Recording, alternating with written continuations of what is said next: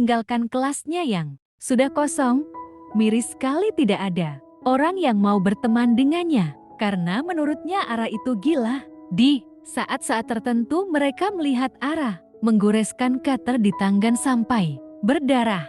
Itu membuat mereka cukup ngeri, terlebih mereka juga tidak mau berurusan dengan Tara. Ara melewati kelas 11 IPA 1, tepatnya kelas bara. Dilihatnya sudah sepi, hanya ada beberapa orang yang terlihat sedang mengobrol. Ara menuju ke toilet. Di saat ia keluar, seorang perempuan berlari menuju toilet.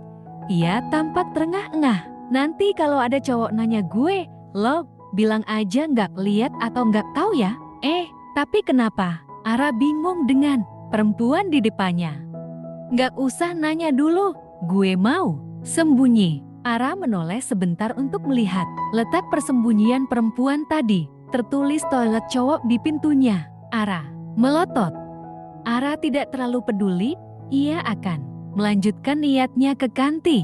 Tapi sebelum melangkah, salah satu siswa laki-laki bertanya kepada Ara, tadi lihat nggak ada cewek lari lewat sini? Cewek? Mungkin yang dimaksud laki-laki ini adalah perempuan itu.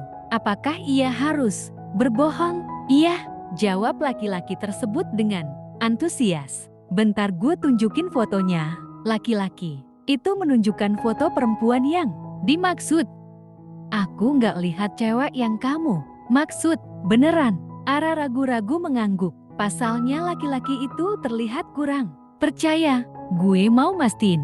Laki-laki itu meneliti setiap ruang toilet yang terbuka. Hanya ada satu yang tertutup, tepatnya di kamar mandi cowok. La ragu-ragu akan membukanya. Di dalam ada cowoknya. Mau ngintip kan? Mana ada, mending ngintip cewek. Gue, perempuan yang bersembunyi, tadi mendengarnya dan langsung mengumpat. Sia, lo kemana sih? Mentang-mentang gue bucin lo main ngilang aja. Laki-laki itu pergi dengan wajah frustasi. Pintu kamar mandi terbuka. Sengsia, udah bantuin gue. Iya, kenapa sembunyi? Cowok tadi kayaknya nggak jahat deh. Feli tertawa pelan. Iya tadi memang lari, seperti dikejar anjing. Bukan maksud menyamakan. Cowok gue tadi, ya emang nggak jahat sih, tapi gue pengen ngehindar aja. Ngintilin gue mulu, heran gue. Tandanya dia perhatian. Iya juga sih. Lo yang biasanya sama Bara kan? Ara mengangguk cang 8 ang. Cowok lo, kita sepupu. BTW, kenalin gue Felicia Ayudia. Terserah sih lo mau panggil apa. Asal masih nyangkut nama gue, ucapnya dengan senyum mereka. Feli membaca nama yang tertera di seragam Ara. Anandita Suara, keren deh. Nama lo, panggil Ara aja. Nama itu mama aku yang ngasih. Nyokap lo pinter ngasih namanya Ara. Hanya tersenyum sebagai balasan. Lo mau kemana? Kantin. Ya udah kita bareng. Mereka jalan bersama. Sesekali Felicia melihat sekeliling, memastikan cowoknya tidak ada. Lo jaga tempat duduk aja. Mau pesen apa? Mie ayam 1 sama es jeruk. Mie memang makanan the best untuk Ara. Buatnya simple tapi tetap enak. Feli mengangguk. Ia mulai mengantri.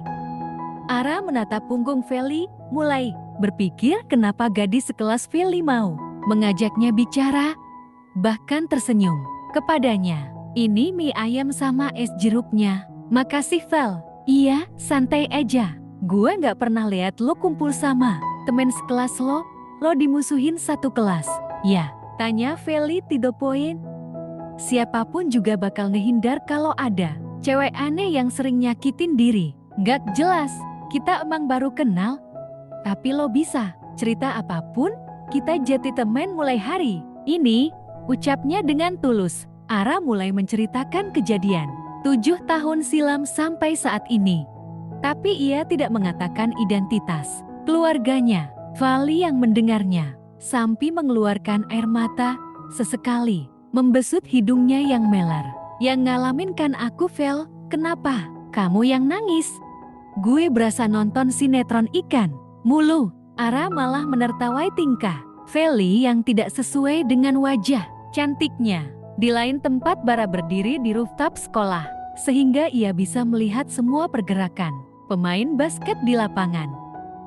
Tatapannya berhenti pada sosok leader yang tak lain, Brian.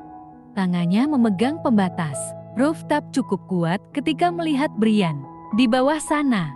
La sebenarnya tidak peduli dengan kekaguman kaum hawa pada Brian, tapi Bara tidak akan tinggal diam ketika Brian mendekati arahnya. Untuk kedua kalinya Brian menyukai gadis yang lagi-lagi sudah dimilikinya. La memang menyembunyikan hubungannya dengan Ara. Bara tidak ingin jadi sorotan santero SMA karena hal kecil apapun yang dilakukan Bara selalu jadi topik pembicaraan kaum hawa di SMA ini. Tapi bukan berarti ia tinggal diam ketika Brian mendekati Ara. Huan yang berada di samping Bara mengikuti arah pandang Bara. Tidak ada Rocky kali ini. Anak itu akan merusak keseriusan Huan. Ada dua kemungkinan lo terus natap Brian. Pertama, mungkin yang diucapin Rocky tadi pagi bener. Kedua, masalah cewek. Gua nggak mau bahas dia. Bara berucap dengan malas. Lo tahu Bar, gue nggak sebodoh itu buat percaya hubungan lo sama Ara sepupu. Tatapan tajam lo ketika Brian dekat sama Ara bisa gue simpulin lo lagi cemburu. Bara tidak menjawab ya atau tidak.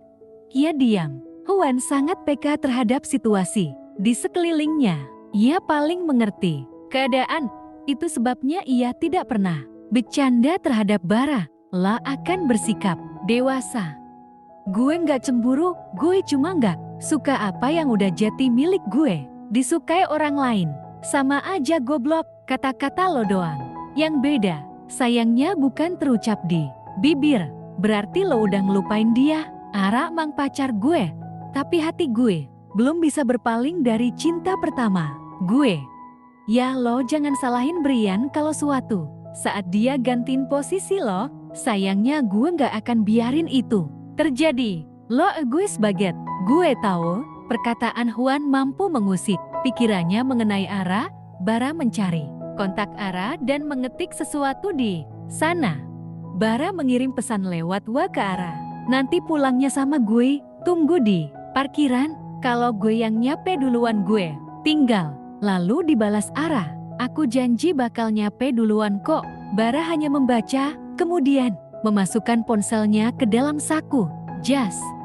Tentu saja Ara merasa senang ketika Bara sendiri yang mengajaknya pulang. Lebih tepatnya perintah untuk pulang bersamanya. Terbukti ketika bel pulang, Ara dengan langkah cepat menuju parkiran tempat mobil Bara berada. Syukurlah Bara belum sampai. Para murid SMA Alexandria keluar dari kelas masing-masing dengan wajah ceria. Pulang adalah momen yang membahagiakan ketika seharian disiksa oleh mata pelajaran. Bara melewati anak-anak basket yang sedang istirahat di pinggir lapangan. Bray, lo kesambet? Dari tadi ngelamun. Cengar-cengir, Rocky memegang kedua pipi Brian seperti seorang kekasih. Gini nih jadinya kalau lo duduk sendiri di bawah pohon. Brian menepis tangan Rocky yang berada di pipinya. Apaan sih? Pergi nggak? Woi, kalem-kalem, lo lagi kasmaran, kan? Terserah gue lah, ngurusin hidup orang. Cilah pakai gelang hitam inisial B. Serasa, udah ada pawang. Bangsat, ngajak ribut lah. Gue udah nyuruh pergi juga. Buset, muka lo piam esamat. Apaan? Pengen minta sun?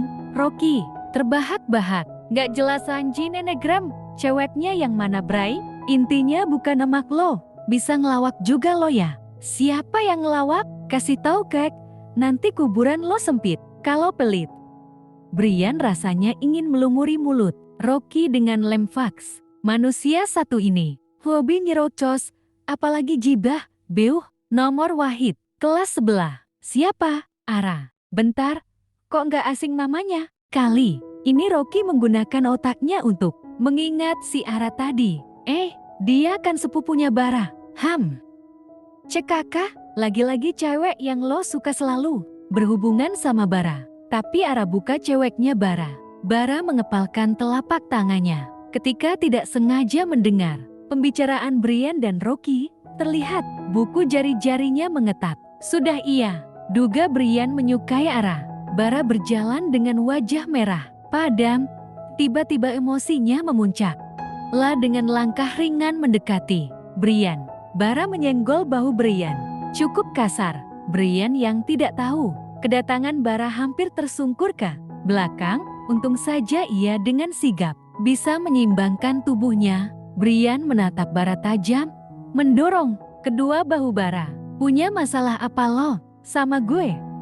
Jauhin apapun yang ada hubungannya sama gue, termasuk Ara. Brian menyunggingkan sudut bibirnya, menatap Bara remeh. Kenapa? Lo bukan cowoknya. Jadi lo nggak punya hak buat ngelarang gue. Brengsek, biuk. Brian balik memukul wajah Bara. Semua yang ada di lapangan tidak ada yang berani memisahkan perkelahian mereka. Di tempat lain banyak anak berbisik-bisik. Di lapangan tadi Rahmat, ada apa sih? Dua most wanted lagi jotos-jotosan. Bara sama Brian. Bara duluan sih tadi yang cari masalah ke Brian. Bara tatapannya nyeremin. Makanya pada nggak mau berurusan sama Bara. Dek, Ara yang tak sengaja mendengar percakapan perempuan tadi seketika panik. La berlari menuju lapangan yang sudah ramai banyak orang. Ara membelah keramaian untuk melihat Bara. Bara berhenti. Ara berlari ke arah Bara. Ia memeluk erat lengan Bara yang akan memukul Brian. Aku mohon, jangan kayak gini Bar. Ara berkata lirih, mendongak untuk melihat wajah lebam Bara. Minggir. Bara melepaskan lengan di pelukan Ara. Ara menggeleng dan mengeratkan pelukannya. Bara menatap tajam Ara, menghempaskan tangannya dengan sangat kasar. Tangannya terlepas dari pelukan Ara. Bangsat, lo ngerti minggir? Nggak. Ara ketakutan mendengar bentakan Bara di depan wajahnya. Biuk. Brian memukul Bara hingga jatuh tersungkur. Ini buat lo yang udah, bentak Ara. Dia cewek, nggak usah bentak kayak gitu anjing. Lo bukan siapa-siapanya. Berhenti ikut campur. Juan berlari ke arah lapangan setelah mendengar berita pertengkaran mereka. Bara udah, lo bisa dapat masalah. Ki, lo pegangin Brian dong. Jangan plonga-plongo aja.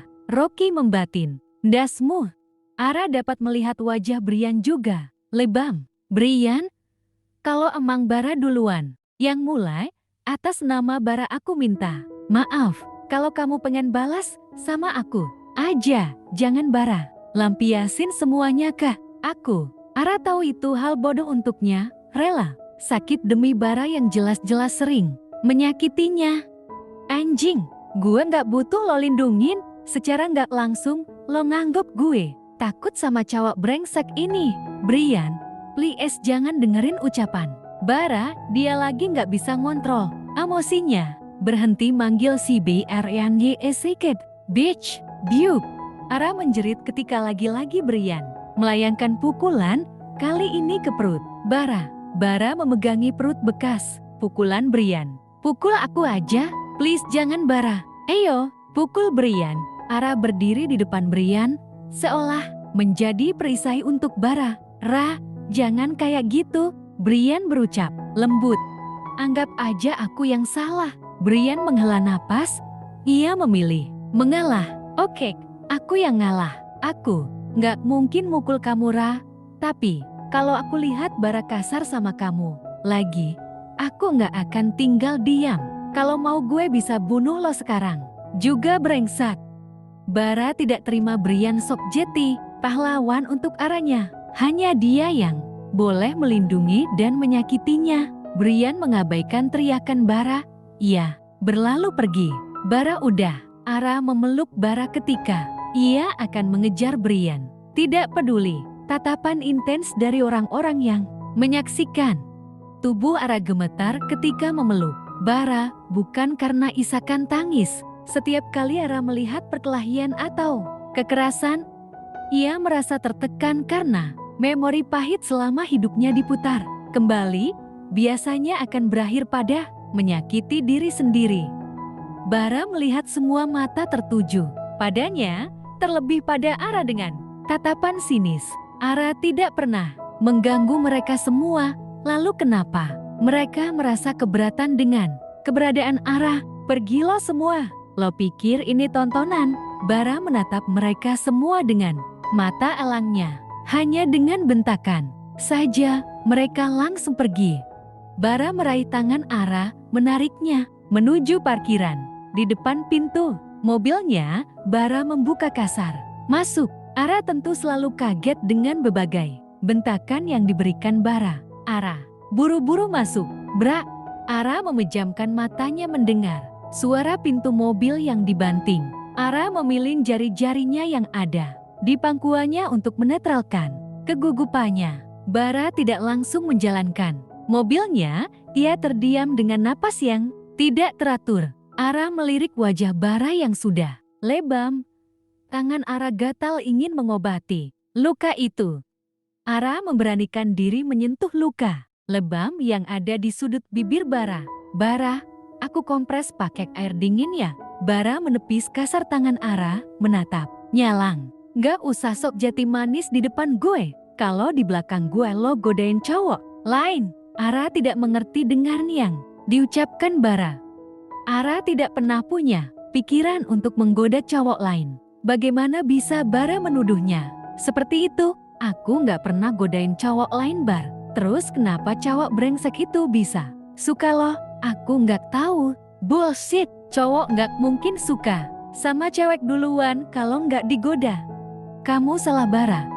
Buktinya kamu suka sama aku, padahal aku gak pernah goda kamu.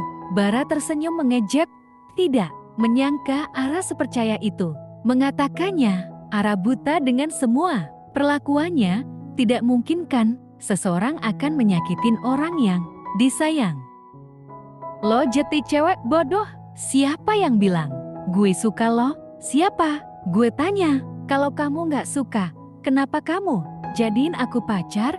Bahkan kamu terkesan maksa biar gue ada pelampiasan ketika lagi marah. Perasaan aku gak untuk dipermainin. Bar, suara Ara bergetar karena menahan sesak di dadanya.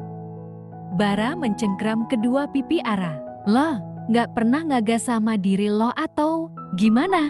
Gak mungkin gue suka sama lo itu sama aja kayak cewek-cewek di SMA ini yang cari perhatian ke gue.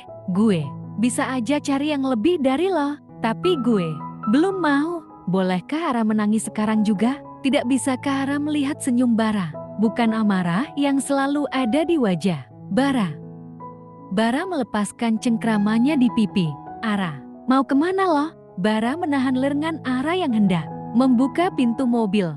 Gak usah anterin, aku bisa pulang sendiri. Oh, lo mau Brian yang nganterin lo pulang kan? Bisa gak sih? Lo jeti cewek gak kerendahan kayak gini. Bara benar-benar keterlaluan. Ini gak ada hubungannya sama Brian. Bisa gak sih kamu gak negatif thinking terus? Sakit, Bar. Hati aku nyeri. Rasanya kamu rendahin kayak gini. Ara terpaksa meninggikan suaranya, berharap rasa sesaknya meluap begitu saja. Lepasin, aku mau turun. Bara langsung melajukan mobilnya dengan kecepatan tinggi, menyalip para pengguna jalan.